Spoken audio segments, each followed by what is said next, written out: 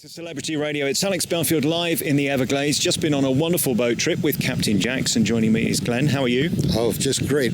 Pretty day out here. What a lovely life you've got. I mean, it doesn't get more beautiful than this, does it really? And these boat trips that you bring such pleasure to people, it's extraordinary. It works real well. This place has been here for about 20 years, and it just keeps getting busier every year as people find out about it.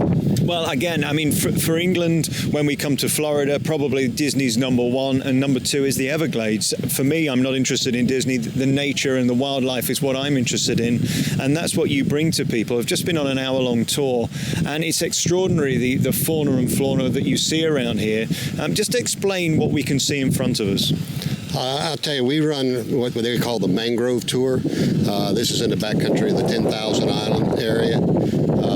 We have little creeks and bays that we go through, little tree tunnels. And of course, the mangroves, they make up the whole ecosystem here on the edge of the Everglades. It's going to be brackish water type scenery that you see. And of course, as you were talking earlier about seeing the alligator out there today, during the rainy season, we do obviously see more alligators, although it still takes an alligator to get used to the boats and people before you're ever going to see them. They still don't like us a whole lot.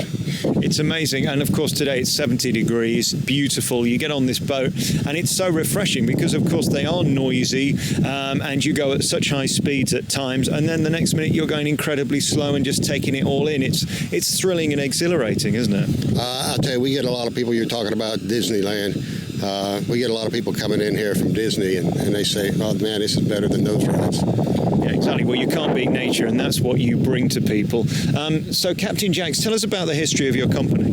I'll tell you, there was a guy that started this company back in '84, and of course he had it for a little better than 20 years, and he finally sold it. The new owners bought it in '07, and of course I started managing it at that time.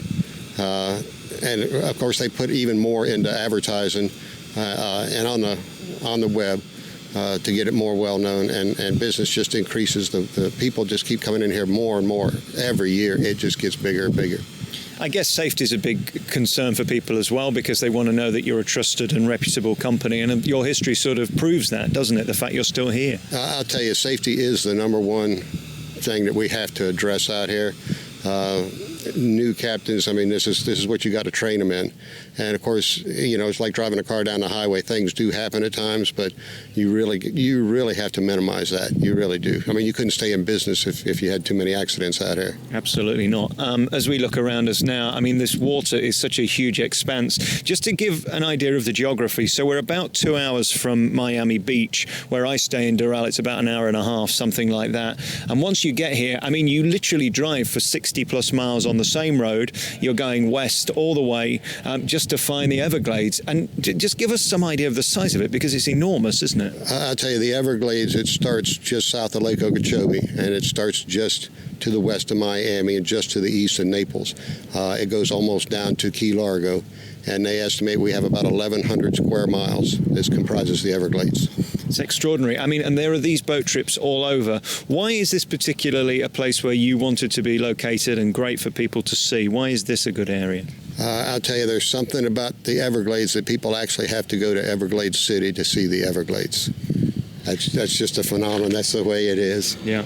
And as we stand here now, I mean, I've seen tourists from all around the world. On my boat was a German family. There were Russian people just next to me. And of course, people from America want to see it. Is it great to be part of something that is so legendary around the world? Everybody's heard of the Everglades. I'll tell you, it's very interesting. You meet people from absolutely every country in the world. You really do. Is it fun being you? I mean, you're here, Glenn, today talking to me, and then tomorrow you'll be talking to other people, and this is a tremendous life, isn't it? The weather couldn't be better. You're in one of the most beautiful parts of the world. The nature's extraordinary. I think you said it all. Really is incredible, isn't it? The boats themselves, people don't realise how clever these bits of kit are. I mean, they are noisy because they basically ride along the water and push along with air. It's as simple as that, isn't it? Well, I'll tell you, it's the props themselves that make the noise. They travel faster than the speed of sound, so yeah, that makes a lot of noise. But I'll tell you, the airboat, it was invented here in Everglades City in 1935 by a couple guys wanting to go out through the marshes, and you just can't get through any other way. And of course, in terms of sustaining the environment, because what you don't want to do is cause damage, these boats are sort of the least impact because they don't go under the water. They're not chopping up underneath the sea level, are they? I'll tell you, they don't bother any grass beds, any oyster bars, and any of the bottom growth. So yeah, they are fairly friendly as far as that goes. In terms of nature, what I'm likely to see when I'm here, obviously the birds are extraordinary. Just give us some idea of what we're likely to see on one of the cruises. Well, I mean, you do see some birds, but again, back in the mangrove habitat, the birds you see will be back in the trees usually. And you got the white ibis, you got different osprey, I think you guys call the fish hawk or the fish eagle. And then sometimes you actually see manatees, sometimes you'll see dolphins. We go, like I said, into the backcountry of the 10,000 islands, and going back in there, you don't see as many dolphins as you would going out to the Gulf, but you do see the manatees, especially this time of year. They come in for the protection from the cold. And of course, alligators, everybody wants to see the alligator.